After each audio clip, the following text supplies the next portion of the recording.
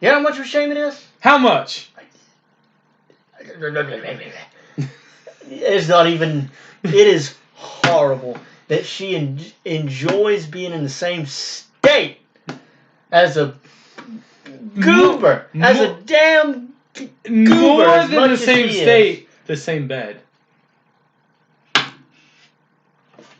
Sounds like you're ready to go, bud.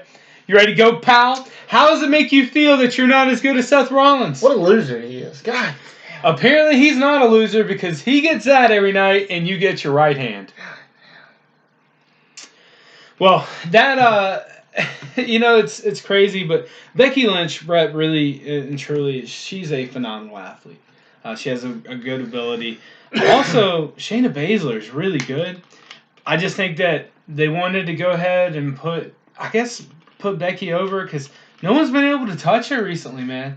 And I guess they wanted to swerve you because they gave you the thought, man, Shayna Baszler might actually win this. And, well, WWE decided to keep the title on the man. So I don't really have a problem with that, per se. When she punched her, they chimed into the referee. Whoa, don't let her win. Give it to Becky Lynch. Give it to Becky Lynch. Whoa. The match was rated a B-, and it was solid. I tell you, there was really good interchanges. There was good, violence there.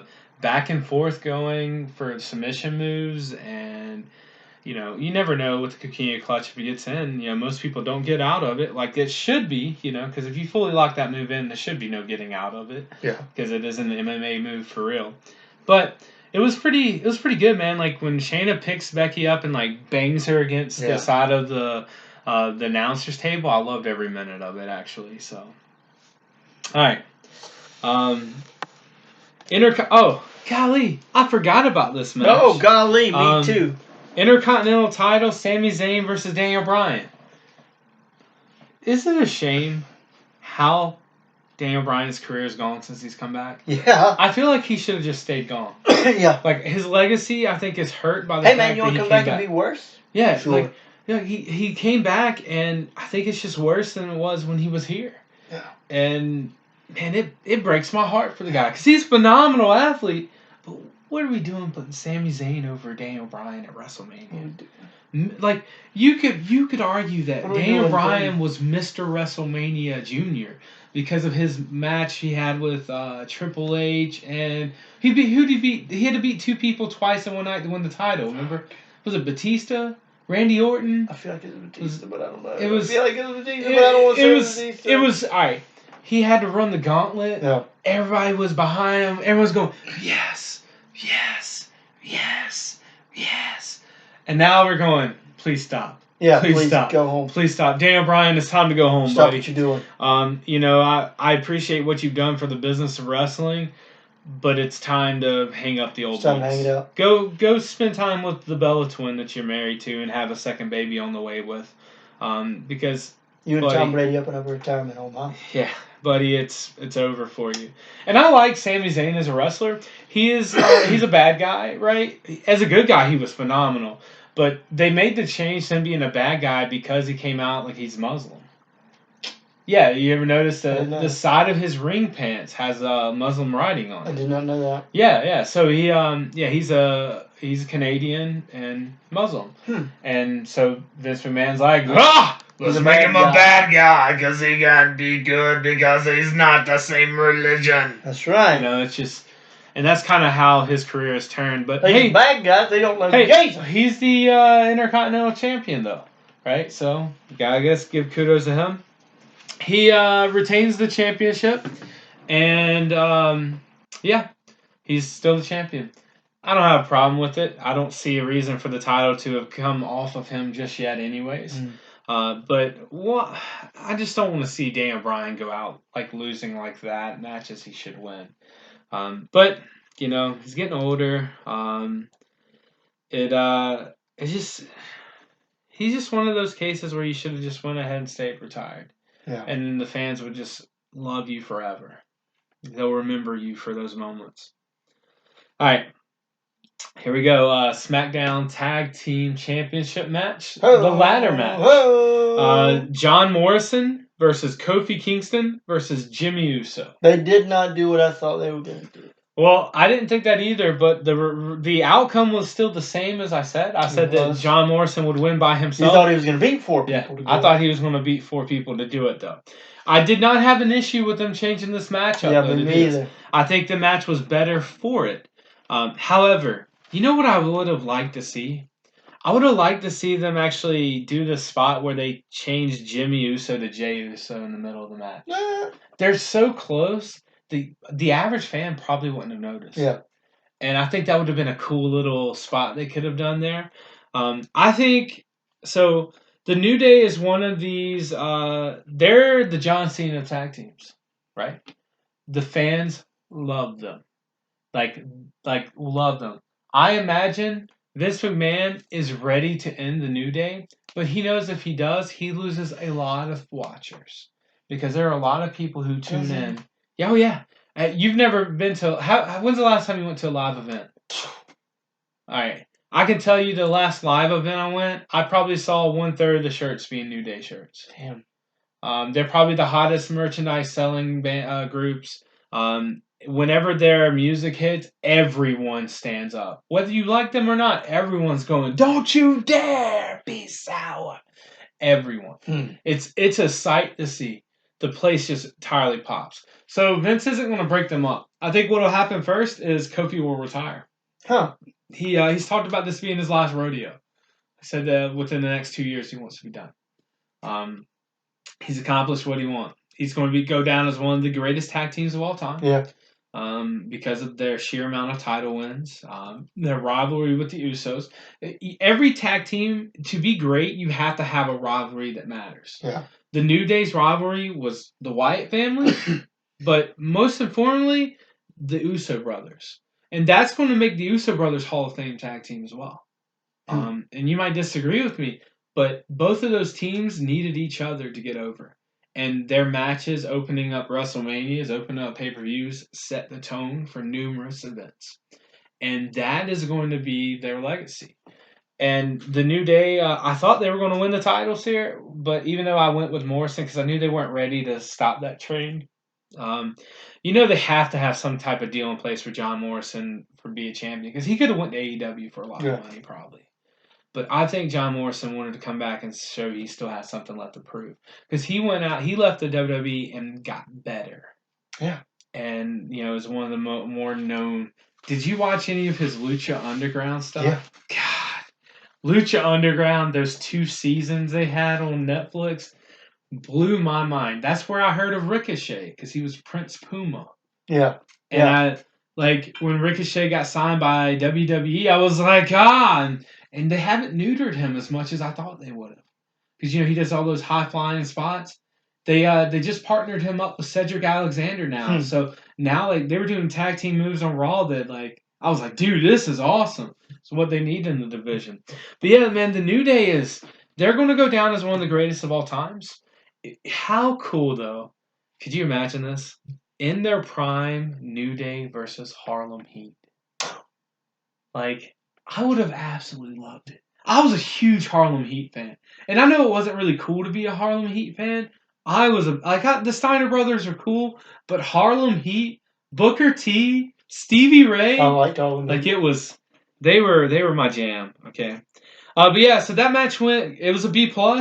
The ladder match I thought was good. There was a few weird spots where you could tell Morrison was holding up for someone to catch him. John Morrison could jump from the ropes onto probably the top of the ladder and get it. The exchange when they're all 3 on top of the ladder was really... That was most of my problem. That was most of my problem with it is there was a lot of... You could tell they were setting up. There was a lot of waiting around for the setup. And that happens because there's 3 people in the ladder match. Yeah. There's not 6 people where they can cut the camera to someone else, right? And so that probably is the reason that... My biggest issue was the end of the match, how it went down. Where he ripped the titles down as he's falling down, and the people Kofi and Usos just looking at him like, what? That was probably my least favorite part of the match. Wow. I thought it was hokey, they're all 3 standing up there holding each other's hands basically, and then the one guy comes down with the belts. You know what it would have been cool? John Morrison come down one belt and Jey Uso come down with the other belt. Or Kofi come down with the other belt. do something. Jimmy Uso, excuse me. But do something like that to cause some controversy between The Miz and Morris, and how cool would that have been? I think we've only seen something like that like once or twice in WWE history, so like that'd been kind of cool to see. But maybe that's something you want the fans to be able to react to. Who knows? All right, 24/7 championship. Shoot me in the head. No, dude. If you followed the 24/7 championship, R-Truth has made this belt. Yeah. Like it's so great. R-Truth is such an underrated middle class superstar. Yeah. Like golly, dude. If we talk, I like to imagine what like middle level like superstars will make the Hall of Fame. R-Truth has a Hall of Fame career. Yeah. Like he's been there like 15 years, I think. And he just still does longer than that. And probably 20 years. I remember him wrestling Road Dogg in 2000. Oh, you're right. Oh, geez. I forget it's 2020. So yeah. So he's been in there probably 25 years. What's crazy is like I love reading reports like there were literal bets going on. Like Paul Heyman was like bringing bets in on whether or not R-Truth could legitimately make Brock Lesnar laugh. Because Brock Lesnar does not laugh. And that exchange they had in the ring with that spot, if you haven't seen that promo with Brock Lesnar and R-Truth, you need to go watch it because it'll make your day a lot better every time you watch it. And Brock Lesnar legitimately laughs in the middle of the ring. And there's such a big thing. Like no one thought it could be done because he's just sweat, beef, you know, like that's him. And like it blew me away to see R-Truth. Like you could tell Paul Heyman was losing it because it's just he's a funny dude.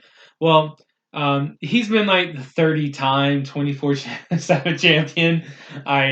The belt is hokey. I know it's stupid. It's like the hardcore title, but it gets people involved that you're like, oh man, that guy's still around WWE. Who'd have thought it? You know, and Rob Gronkowski wins the 24/7 champion, and then R-Truth takes it back the way it should be. So, all right, let's get to a real match, a good match, but with one of your least favorite wrestlers. Kevin Owens versus Seth Rollins. Now, I know you're not a Seth Rollins fan for numerous reasons. Match. The match itself was phenomenal. It was a good match. It grades out as a B+ on CBS Sports, actually.com.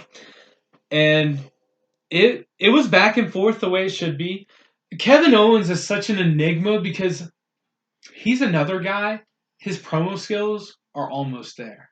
Like it's almost there. Yeah. Like one more little step up. I'm not putting him Bray Wyatt level. Bray Wyatt's in a class of his own right now. But he's like Kevin Owens is the next tier. Here's a comparison. Kevin Owens and Seth Rollins. Kevin Owens by far defeats Seth Rollins in promos. 100%. By far. You had to put by far. Remember, you had to put by far. Yeah, you have to. There's no other way to explain it because whenever he's holding a championship, and it will come probably soon. Remember that. Well, he was tag team champions a few weeks ago. Remember, when Seth Rollins is holding up a world championship belt here in a year or whatever it is, just remember, a lot of people better than he is. Yeah. And you might want to scoot your chair and you're kind of getting out of the camera there. I don't want everyone to miss your beautiful face. Bro. Yeah. But let's say a lot of people better than he is. You remember that? Yeah, I know. Kevin Owens has had. This was the one of the feuds like Otis and Dolph, where this actually has been going on for a couple months. And Seth Rollins has been avoiding Kevin Owens. Kevin Owens hasn't been able to get his hands on him, and this was the first time where they had a one-on-one match. What was even better about this match, there was no Authors of Pain involved either, or Buddy Murphy, which is really cool. It's one-on-one. So the match, the opening exchange was really good. And then Seth Rollins takes the ring bell and bangs him in the head. Exactly what you expect the heel to do, right? The coward, the trying to get out of the beatdown he deserves. Well, Kevin Owens grabs the mic. It's like, let's finish this like men. There was a lot of words exchanged in the ring that you wouldn't actually hear as like on a lot of national TV, right? A lot of B words. I think there was a P word in there, you know, like there was it was pretty interesting, right? And so Kevin Owens challenges him to a no DQ match, and that's all I remember. I was like, "You want a no DQ match? You remember you asked for this, Kevin, and you just don't know when to lie down." And I dislike everything he said. God, man, he's so bad. He's so terrible. I'm glad you'll agree with me because I thought you disagreed with me. No, I thought you thought, he should be a top guy. No, his wrestling ability is good. His mic work is not good. It's horrible. I wouldn't stop it not good. I think if you pair Paul Heyman with him, he might could do the job. But see, that's what I'm getting at. They had jobs in the 80s and 90s for people who were good at wrestling and couldn't talk. Yeah. They stuck you with somebody to do the talking for you, but Vince McMahon doesn't like that. He took that option away. Yeah. So now there's only one more option for somebody who can't talk and can wrestle. You know what he does? What? He makes the top guys look good. Yeah, that's true. That should be his job. If you go back and look at old 80s wrestling, the Ultimate Warrior could not talk, but he was a top guy. And everybody agrees he shouldn't have been. Yeah. I love going back and watching his promos. Because he couldn't work either. Yeah, he didn't do either. This is it, right? Yeah. Oh, that was a long run to the ring. I'm done. Yeah, and then he has a heart attack whenever he comes back. God, how about the death of the Ultimate Warrior? That's something to really investigate. Like, he comes back, does this big thing, let bygones be bygones, and he's dead the next day. This man killed him. I'm sure it was. Killed him. I'm sure it was one of those minorities he was always trashing. It was, man, golly, it's so crazy when you think about it. But yeah, Rollins-Owens, they're making a no DQ match. Rollins gets hit in the head with the ring bell a few times. Owens wins the match. I think this was a match that definitely needed the crowd. Yeah. Some of these matches you can get by with, this match needed the crowd. This match deserved the crowd. This match deserved having Seth Rollins being booed out of his mind. You know why? Because Seth Rollins did something you would have never seen something done like in the 90s, early 2000s. He came out in all white the week before Easter. I like that. You know how I am. Calling himself the Messiah. This is like territory because back in the day, this would never happen. They would have got WWE's taping torn off. There would have been a big lawsuit. They should have crucified it. Well, oh my goodness! That's Rollins. How good would it have been if Kevin Owens drags him backstage, hooks him to something, and puts it up? You would have had to have the Undertaker do that. You would have had to have the Undertaker. No, but I don't care. Seth Rollins makes the statement in the match. Do you remember? He's like, You're always trying to crucify me. Yeah, and I was like, oh, how good of an ending would that have been? Tell me you wouldn't have enjoyed it. Say it. I didn't like it in the early 2000s when they did that stuff with The Undertaker. Our family made me turn that stuff off. But you know how edgy of a guy I am. I know you're very edgy. I love stuff like that. So let's go with the Universal Championship. Goldberg versus Braun Strowman. I enjoyed this. All right. This match is rated a D+. I enjoyed this. I absolutely, tootly love this. I enjoyed this. First of all, I have a friend who hopefully he'll watch this podcast. I won't call his name because I don't know if he wants to be called out like that. But he hates Braun Strowman. Really? And hated this whole thing. Hated seeing Braun Strowman be put in there. Strowman. And I'm going to tell you, buddy, you're wrong. Braun Strowman deserved this. He's paid his dues the past 2 years. He should have been champion last year. He actually, and I have 3 points about WrestleMania. Do you want me? I have 3. And Braun Strowman is one of them. Okay, give me something. When it was all said and done, I decided that I would have rather had them do it later. Okay. That I would have rather had them postponed it and done it later after I'd watched the whole thing because of Edge, Braun Strowman, and Drew McIntyre. Yeah. I thought those 3 people deserved a crowd for their moment. I could definitely see that. I definitely could. I think Braun Strowman does deserve it. I've seen Braun Strowman at live events and the crowd goes crazy. Edge coming back after 10 years to win at WrestleMania, he deserved. Yeah, and I think Drew McIntyre beating Brock Lesnar. That was Brock Lesnar's big thing about this pay-per-view. His argument with Vince was, "You're selfish. This should have been done right." Yeah. And was really cool. The really cool thing is Brock Lesnar being willing to put McIntyre over.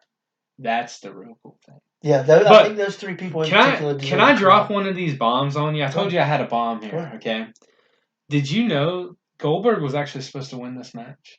That would have been a horrible. Do you know why? Well, well, you know why he lost? They didn't negotiate the contract in time. hilarious. Goldberg said he didn't think he wanted to work any more dates this year. So they had to take the title off. Hilarious. It was supposed to be Goldberg retaining to face Roman Reigns at SummerSlam. Hilarious. So now it's Braun Strowman versus Roman Reigns at SummerSlam. I enjoyed how they went about it with Brock Lesnar not being able. Brock Lesnar. Braun Strowman. Goldberg not being able to kill Braun Strowman. Yeah. And then Braun Strowman gets over on him. I thought it made him look so strong. Yeah. Even though it's a fucking 50-year-old man he's doing it to. Yeah. Still. Well, this is the way it should be. He should be able to kick out a one from a spear. You should be able to kick out, like 4 spears from Goldberg, 3 power slams from Braun. Listen, you're that old. Braun power slams you. You're probably done after the first one. But they let Goldberg get his little thing over, right? They did him the way he should have been done, I guess. Yeah. I'm perfectly fine with putting the title on Braun. He's going to be a great transitional champion because he's going to transition into Roman Reigns or The Fiend, but I think it's going to be Roman Reigns. And then you got Roman Reigns maybe versus The Fiend. But that's Braun. Good for you, Braun Strowman, the country boy from North Carolina. Good job. Big country strong. You did it. Yeah, you did it. I'm proud of you. You make all us big boys proud. And Ron's friend is wrong. And my friend is wrong. That's right. I hope you watch this, friend. Incorrect. I hope you watch this, and I want you to know that Braun Strowman, he deserved this. If Goldberg would have won this would have been a travesty upon all travesties. This would have made this WrestleMania the bottom for me. You think Goldberg deserves anything over Braun Strowman? Not Goldberg? Not at all. I'm going to tear my dressing room. So next match we're going to talk about. Maybe we'll save the Undertaker one. Let's go. Yeah, we'll save the last man standing, the Undertaker, the Firefly. The big ones. Yeah, we'll save those for last. What about Rhea Ripley versus Charlotte Flair? The only match I was wrong on the entire card. And it wasn't and being wrong wasn't as bad as I thought it would be either. I was like, all right. Yeah. So this match is graded an A-. Like, this is a high-graded match. Generous. Well, I don't think so, actually. Did you really pay attention to the match? Mm-hmm. It worked like a Ric Flair match. You take out the knee, you focus on the knee, very methodical. If you like wrestling for wrestling's sake, this was your match. Like, it was good. Rhea Ripley is fast rising. She is going to be a superstar. She's beautiful. She's got muscles. She has the look, the personality. She can talk on the mic. People love Australian accents anyways.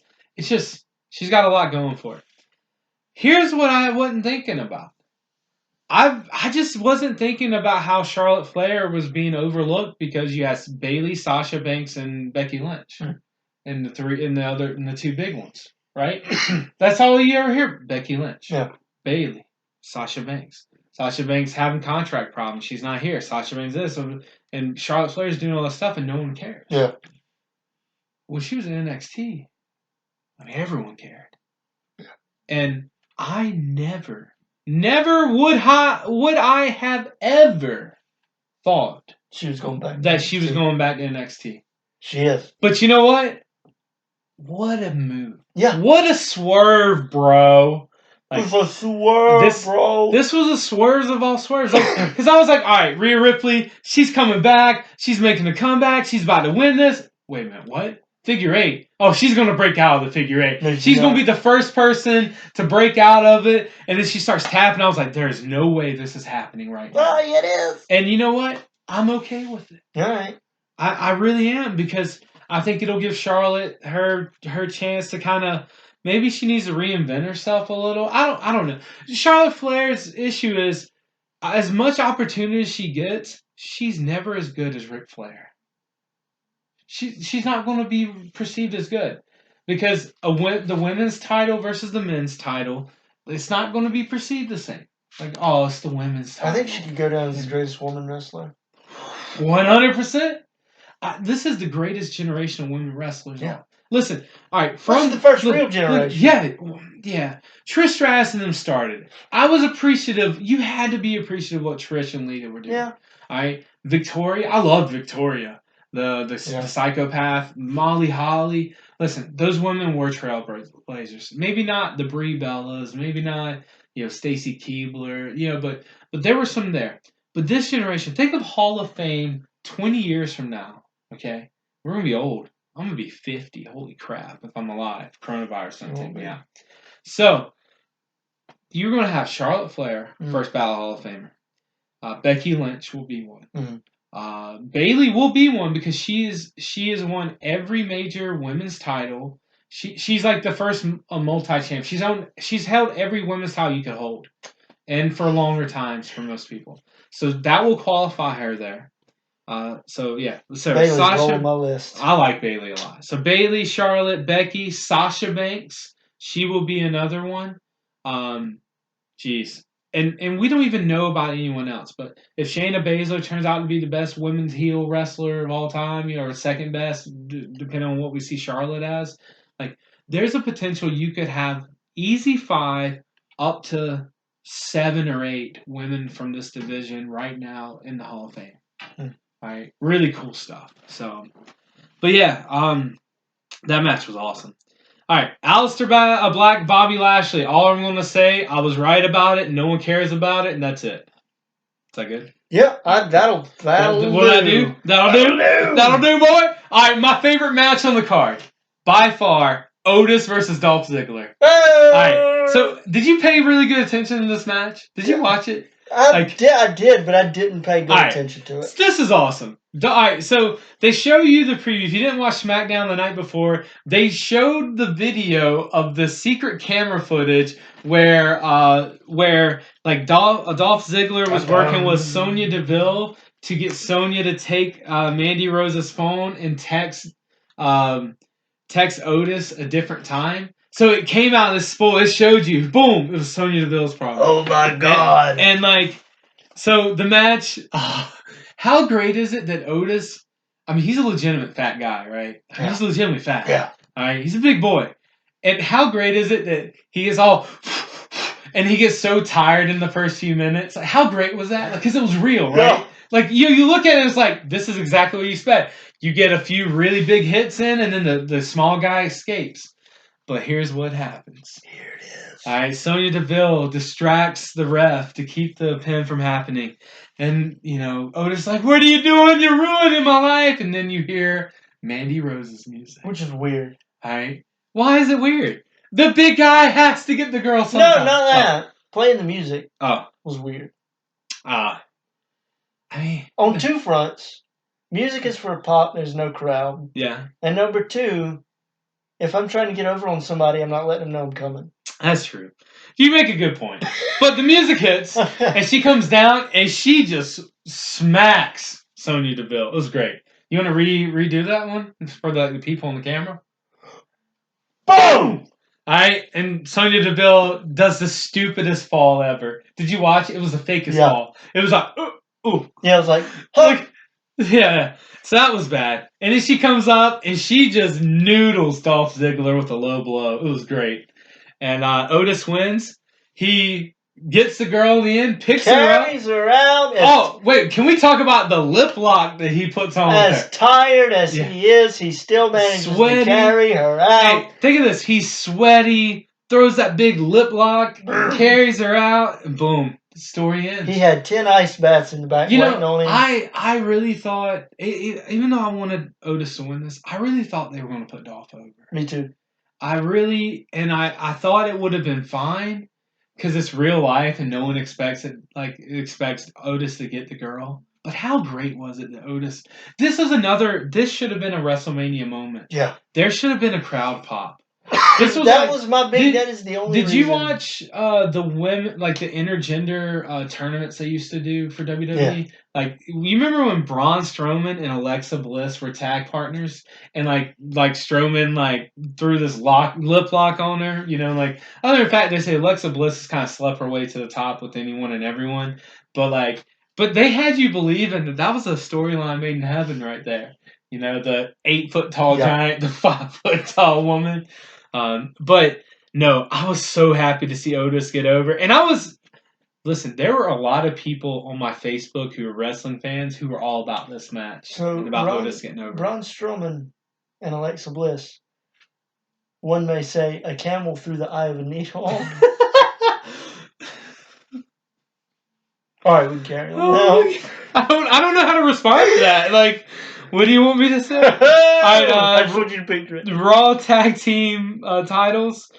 Street Profits versus Angel Garza, Austin Theory. All right, so I don't want to bog us down in this because the podcast is going along, and that's fine. That's right. I think this match. They'll be all right. This match was all right. I think that what their exchange last night on Raw was better, though. Yeah. Can I say that? Yeah. Because this match happens. Austin Theory is actually going to be a big timer. A lot of people don't realize he was huge in the independent. He was going to sign with AEW, and WWE stole him. All right, that's what happened. I thought they could have put the titles on Angel Garza and Austin Theory, but I think they're going to kind of let the Street Profits ride a little, kind of like the New Day, to see if they turn into that level. Because imagine Street Profits versus New Day. We want the smoke, as the Street Profits would say. But that was cool. The end of the match saw... golly, what's her name? Bianca Belair come out and save the Street Profits from Zelina Vega. Now, here's what I did not know, and they explained this on Monday night. Bianca Belair is married to one of the members of the Street Profits. I did not know that. I did not know that either. Sir, it was Montez Ford. Montez Ford's the skinny one. He is married to Bianca Belair in real life. And they explained this on Raw last night, because on Raw, what we saw is this, right? We saw the Street Profits versus Angel Garza, Austin Theory for the titles again. Zelina Vega gets involved, and there's a disqualification. Then what you see is Bianca Belair comes out, and then there's a little talking back and forth, like, I've got my wife here, I got my brother here, let's make it a family affair. And then they explained about it. So it actually became a 6-person tag match. I hate 6-person tag matches. Yeah. This one was actually pretty decent, though. It wasn't bad. Too many cooks in the kitchen. Yeah, I get that. But with the women, it kind of makes it a little exciting, too. So, all right. So that match went as I planned as well. All right, here we go. SmackDown Women's Championship match. Bayley versus Sasha Banks versus Lacey Evans versus Tamina versus Naomi. All right. First and foremost, Tamina should never have been in the match, but at least they made it actual realistic and everyone attacked. I was going to say they fixed it. Yeah, they fixed it. She got the hell out of there. Yeah. So then I was fine with that. I am a huge Lacey Evans fan, and I thought she was going to win the title. And you would have thought it until the very last minute. Now, if you go back to the podcast episode before this, you'll see that I actually say that I think that Bayley turns on Sasha Banks, retains the title, and it creates a feud. Well, I got half of it right. And what? They alluded to it a little bit. They did. So I was halfway right. All right, Bayley retains the title. I was happy about that. It was fine. But I did not expect Sasha Banks, after being eliminated, after Bayley watches her get eliminated and doesn't do anything to stop, comes in, hits Lacey Evans with a backstabber, and boom, Bayley's able to complete it. And you could tell at the end, Bayley doesn't know if she trusts her. She expected her to turn on her. What are we doing? Listen, Bayley needs to go back babyface, first off. She's a babyface wrestler. They should have never made her a heel. Second off, man, you missed a great opportunity to turn. If you wanted to make Bayley heel, you should have had her turn on Sasha Banks. Mm-hmm. That was the time to do it. The third thing, what are we doing with Sasha Banks? Yeah, she should be the champion. 100%. Sasha Banks is better. And all of these people, I would rank Sasha Banks the best wrestler in the match. Lacey Evans probably the second best. And then I would go Bayley. Even though I'm a Bayley fan. All right. Now Naomi has a lot of ability. I'm just not sold on her. Yeah. All right. She's married to one of She's the missing Uso something. brothers. So, yeah. She's missing something. She should be the valet for the Uso brothers. Yeah. God, we need to bring valets back. Yeah. Like, really, I loved them. Just kind of like we'll talk about on our next podcast, the Beyond the Mat or the Dark Side of the Ring. Like, I never knew that Chris Benoit was married to a woman. You didn't? I didn't know that. What? Didn't know that. One of the greatest valets of all time. Jesus Christ. Started it. Yeah, God. I know. I never knew it. All right, the match gets a B-, so pretty good stuff there. All right, so did you know about the Kevin Sullivan beef? I did know that, but I just you didn't know who it was over. Yeah, okay. I didn't know who it was over. All right, so here we go. We're down to the last few matches. We have Brock Lesnar, Drew McIntyre, John Cena, The Fiend, AJ Styles versus The Undertaker, and you have the last man standing, Edge versus Randy Orton.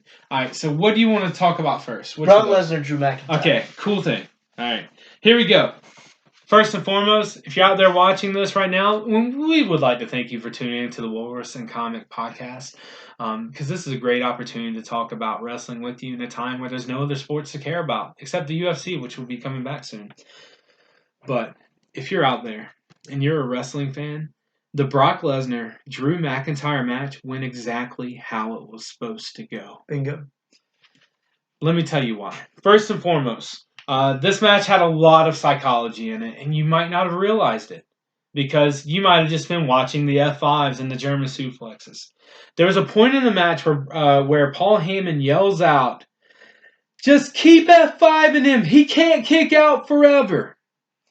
And on Monday Night Raw, they actually talk about this because they showed the interview with Drew McIntyre after WrestleMania, and he talks about that being the defining moment. That's when he started to get mad, and that's when he started. Listen, great psychology there. Paul Heyman is the best there is at that stuff. Now, these guys are very capable of doing a real match. Let's note that Brock Lesnar can wrestle, but the way he's been billed is suplex, F5, right? Okay. What better way to make a legitimate champion with German, F5, kick out at 1? Yeah, can't kill him. Kicks out at 1! Pick him up, F5 him again, kick out at 2.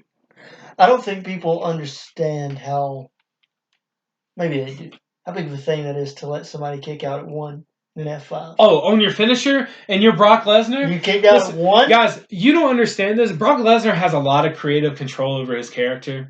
If Brock Lesnar wanted to stay the champion, he would still be the champion right now. I've read a lot of reports. He let the man kick out at 1. I've read a lot of reports that Brock Lesnar wanted Drew McIntyre to go over. That he was fine with it. That he was fine losing. Because listen, you're Brock Lesnar. You're a bad dude. Yeah. Drew McIntyre's a big dude too. I like Drew McIntyre so much. You know what he reminds me of? He has the body of, there was this WCW WWE wrestler, Adam Bomb, I think it was his name. Yeah. He looks just like him to me, right? But you let the guy kick out of your finisher at 1. No one does that. No. The Big Show didn't do that, all right? Then you pick him up, you do it again, he kicks out at 2. Then you pick him up, hit him a third time. He can't kick out forever. Keep doing it. He kicks out at 2 again. Then he gets up, and you see Claymore. Or I think it was 3 Claymores. Yeah. It was 4 F5s, 3 Claymores. All right. Some people have an issue with there being the 3 Claymores, and that's it. I have no problem with it. You know why? Because a few weeks ago, we watched Brock Lesnar take 3 Claymores, and he couldn't walk. If you pick Brock Lesnar off after the 3rd Claymore of this, that just nullifies everything you've worked towards. Right. It makes your champion legitimate, and he looks like a monster. Yeah, now you're thinking, who the hell's going to beat Who's going to beat Drew McIntyre?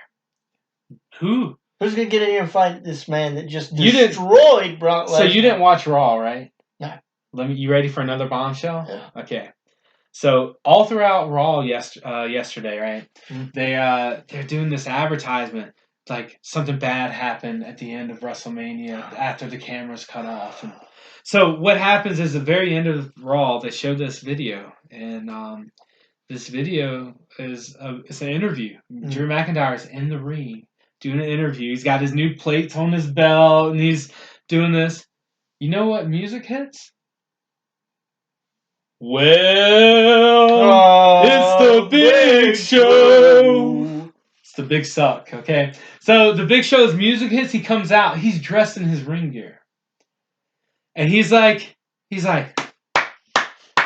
good job. And he's like, he challenges him to a fight. Drew McIntyre's like, buddy, I'm not fighting you. Yeah. It's like, I just got my butt kicked. I just stepped in the ring with Brock Lesnar, took 4 F5s. I'm in no condition. Yeah, I'm not fighting. There's nothing you can say to me to make me defend this belt against you right now. So the Big Show just goes, boom, boom! Like, it was a good one, too. You could hear it. And he was like, took the belt off. It's like, all right, we're going. So 20 minutes after the match, there's another match for the title. So Drew McIntyre is getting his tail beat. The Big Show is like chopping him. The Big Show looks good now. You know he's lost so much weight. Like I think he looks weird now. Because we've always seen him look like King Kong Bundy. No, because I think just the way he's built, his big head and big shoulders. Right, he looks very disproportionate with all that weight off. I think he needs to be 498 pounds. Yeah, but we would like to have the Big Show also live past the age of 50, right? So, but the Big Show Not if he's gonna look like that. He's chopping. Are you going to watch his show, The Big Show Show? No. I'm going to watch it. We're going to do a podcast. If I do that, I wish... Can we do a podcast on The Big Show Show? Oh, I'm going to end up wishing he doesn't make it to 50. Yeah, The Big Show Show. I want to watch it so bad. I am. I'm going to watch it, and we're going to do a podcast on it. You better be ready, buddy. Watch the series. So, basically, what we see is he just whoops him around for like 15 minutes. Yeah. You actually thought, like, he hit him with a chokeslam. You actually thought he was going to win the title. No. I was like, Vince McMahon has lost his mind. He's about to put the title. And Drew McIntyre pulls it out and wins. So that was kind of a cool little thing there. How insane would that would... Whoa, I was about to butcher the English language. How insane would that have been if he puts it on Big Show? Yeah. I mean, I could see it for the point of advertising their new show. Yeah.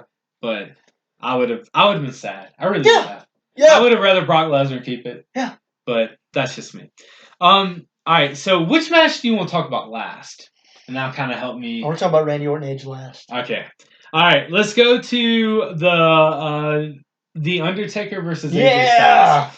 First and foremost. I loved it. One of probably the second most creative thing I've seen WWE do this year behind the the Firefly Funhouse, right? All right, so this was very well done. First and foremost, I knew it was going to be good when I saw the intro, how it was filmed like a movie. It was so good. I was like, man, they filmed it in 4K. It was filmed in higher definition than the ring matches were. Yeah. And I was like, okay, all right, okay. And I was like, man, he's out of this. And you see AJ Styles' face. I was like, okay, what is this? Then Undertaker's on his little motorcycle, comes in. You get the trash talk. You get the cinematics. You had a way to put the Undertaker over without him damaging his body and putting himself at risk. I loved it. I thought they did a great job. I thought they figured it out. If you are going to use the Undertaker from now on, you have figured it out. Yeah. You have solved the mystery. I love the trash talk that happened in this match. Undertaker's so good. Oh man, huh boy? Listen, I'm not going to do anything to you. I'm not going to hurt you. You just fought your ass off. And then big boot in the match, right? Some people call him a bitch somewhere in there. So yeah, he does. Okay, there's a lot of that. Yeah, he called him a bitch. All right. They could have done this match wrong. The way they done this match wrong is that they made it a legitimate wrestling match. That's how it would have been done. Awful. It would have been awful. The fact that it was a wrestling match but cinematically done, you can get into. Made me think of Ready to Rumble. Yeah, the movie. Or like Nacho Libre, right? I would have liked to see a cinematic. Even if it was just in the ring, I think cinematic would be the way to do it from now on. Yeah. Using The Undertaker. But you can't do it with an arena full of people. You have to have it it's got to be kind of discreet like that, cinematically. Yeah, what did they do? Because they cut everything. In Impact, did they watch on the screen Matt Hardy's... Oh, yeah. That's how I expected this to be. I was like, man, if they do this like that, they're going to win at it. You know what? I watched the whole thing. This was probably the only match, other than the Firefly Funhouse. I put my phone down. I didn't even look at my phone. I didn't play my Nintendo Switch while I was watching it. I legitimately paid attention to the whole thing, and I loved every second of it. And they did an Undertaker right. I enjoyed it. And I saw like a thing he was talking about. This was the last ride. Right? God, I hope so. And I hope it is, because what a great way to go out. Yeah. There's no better way. Now, if you were to come out and do more cinematic things like that, I'm fine with it, because you're not hurting the legacy of the Undertaker then. This was the way. And Goldberg and Undertaker hurt. Kudos to AJ Styles, who's also about to be retiring. Yeah. He's probably on his last 1 or 2 years. He's come out and said that. He's ready to... He's made enough money. He's made money. Yeah. He was the big fish in the small pond, right? He was TNA. He was paid like it. Come here, he's getting paid pretty good. He's probably ready to Had go. one of my favorite matches of all time. I'll say it again in WWE. Yeah, John Cena versus AJ Styles. I want to say 2016 Royal Rumble. That was a phenomenal match. God, that was so good. That was a match that had you believe that John Cena could actually wrestle. Yeah. Like you could see and you're like, all right, John Cena can wrestle. Who knew? Yeah, it didn't work. All right. Thank you, AJ Styles, for that. The next thing we're going to talk about, right? Firefly Funhouse. I laughed. Now, talk about your big issue with it. Okay. First, and then, because it is a legitimate issue. Don't worry, it comes with a solution that we talked about too. Yeah. I thought that it ended up looking just like a promotional video for a wrestling match. Yeah. It shouldn't have been the match itself. Okay. I thought it looked like a lead-in. It looked like an excuse not to have the match. Like sometimes on pay-per-views in the past, you would see a match start and something would happen that would cancel the match and blah, blah, blah. It looked like a video package, not a match, is my point. And a lot of people felt like that. Like we were advertised the wrestling match and we didn't get a wrestling match.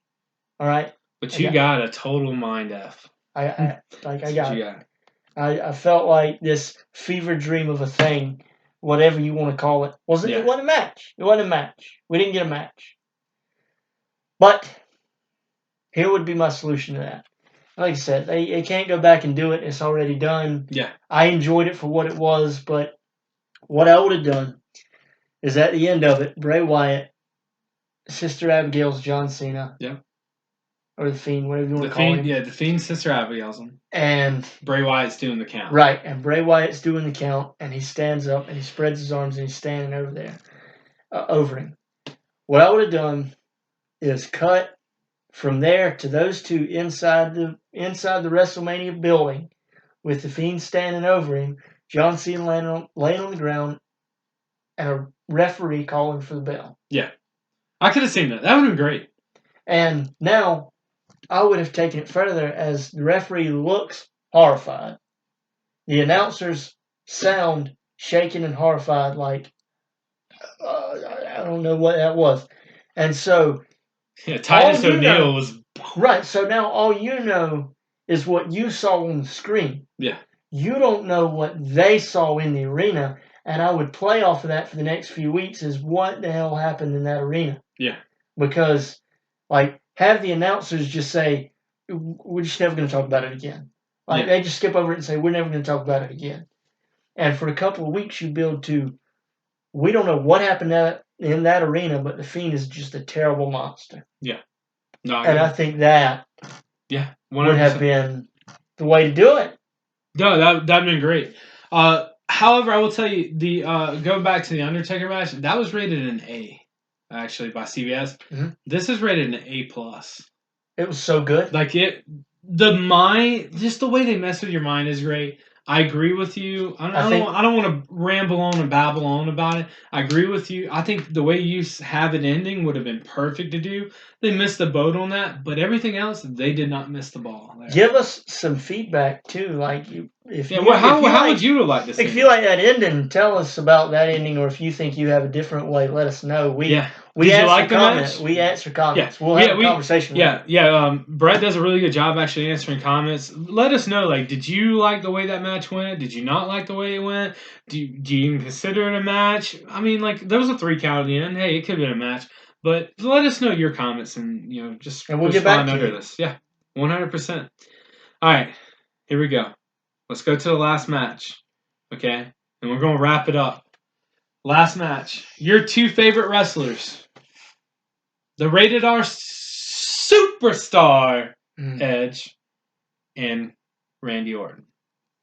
I'm not happy. I knew you were going to say that. And the only reason I knew you were going to say that is because you told me on Facebook Messenger you weren't happy. I'm not happy. I liked it. Golly, I enjoyed it. It was too long. I like parts. Yeah, it was a little too long for me. But I didn't like Michael Cole's voice, so I turned down the volume. Mm-hmm. And I just watched it for I made the the art mistake. form. I made the mistake of not doing that. Yeah, I watched it for the art form. It was slow and methodical, just like Randy Orton. And Randy Orton's best matches is when he is trying to play that game. Yeah. And in the other corner, Rey Mysterio or Kurt Angle or somebody's somebody that's trying to pick it up, drive it up, and he's trying to keep it slow. Those are his best matches. Yeah. Yeah, I don't think Edge really had the ability to do that at this point in his career, but I think it was more so done slowly like that to protect Edge. Yeah. They did a good job, man. Like, I think you got to be happy. I think if this match was a 20-minute match, it would have been maybe the match of the night. But it went 40 minutes. I think even go home. I think at 40 minutes, if there was a crowd, it would have been fine. Yeah, a crowd would have been fine. But 40 minutes in an empty arena, go home. You know what's sad? The Edge doesn't get the pop he deserves after the match.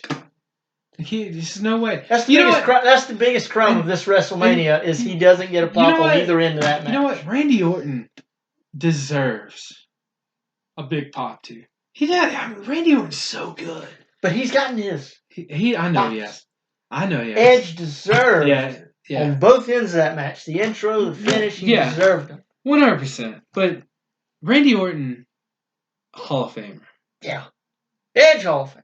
Well, he already is a Hall of Famer. Oh, shit. That's right. He's the Hall of Famer Edge. But Randy Orton is definitely there, too. He's so good. And you know what? It says something because Edge trusted him fully with everything. Yeah. You could have messed up with that whole hanging him from the gym equipment. What in the hell are they doing? Hey, man. Chris Benoit's not a thing. They can't say that word. They can't say those names. They don't know. I thought he was in charge of this match.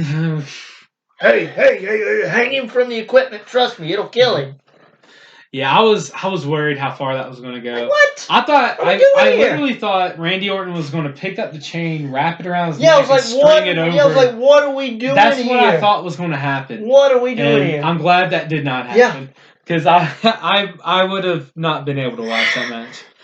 The match, it definitely went too long. You could tell by the announcers they didn't want it to go that long. I think it grades out at like a C+ or something. No, C-. I'll give it a D. I don't think it was a D. I think it definitely was C range at least. The match was good. I was happy though. I was glad to see Randy Orton fight. I was glad to see Edge fight. Like I was happy. I guess just after, like I said, after the 20-minute mark, I just watched it thinking, just go home. Yeah. Just go home. Go home, boy. Go home. And oh God, don't. It's hang like him. Happy Gilmore. Go home, boy. And oh God, don't hang him. Yeah, oh God, please don't do that. I thought that too. All right, so Brett, let's just kind of wrap it up here because this episode's long. Long. You're welcome. Hey, what else are you doing? Listen, you get to listen to us for an hour and a half. All right, you're welcome. Yeah, you deserve to be able to listen to us. Work or go home. Give us some feedback. So once again, you're rating this WrestleMania as one of your bottom 10. Is that where the consensus is for you? Yeah. I'm rating this WrestleMania in my top 20. You rate it. And what is your rating? Comment under the video right now. Whenever you watch this, let us know. Do you rate this WrestleMania A, B, C, or D? Or you could say this is in my top 5. This is my top 10, top 15, bottom 25, bottom 30, whatever it is. There's 36 of them. So it's either 1 through 36. Where do you rate it? I probably rate it around a solid 13. Because I enjoyed this WrestleMania. I missed the crowd, but it's okay. It's going to go down as a more memorable one for me because of Otis. And ladies and gentlemen, once again, I'd like to thank you for listening to the Walrus and Comics Sports Podcast. Like us, follow us, share us, comment. Follow us on Facebook. You can find us there. Help us get the word out that we're doing these every week. Even though there's coronavirus, we're risking it all for you so that Boom. you can have sports action in some way. So once again, thank you. Give us a follow. Bang. And now let's give them the good old awkward stare down.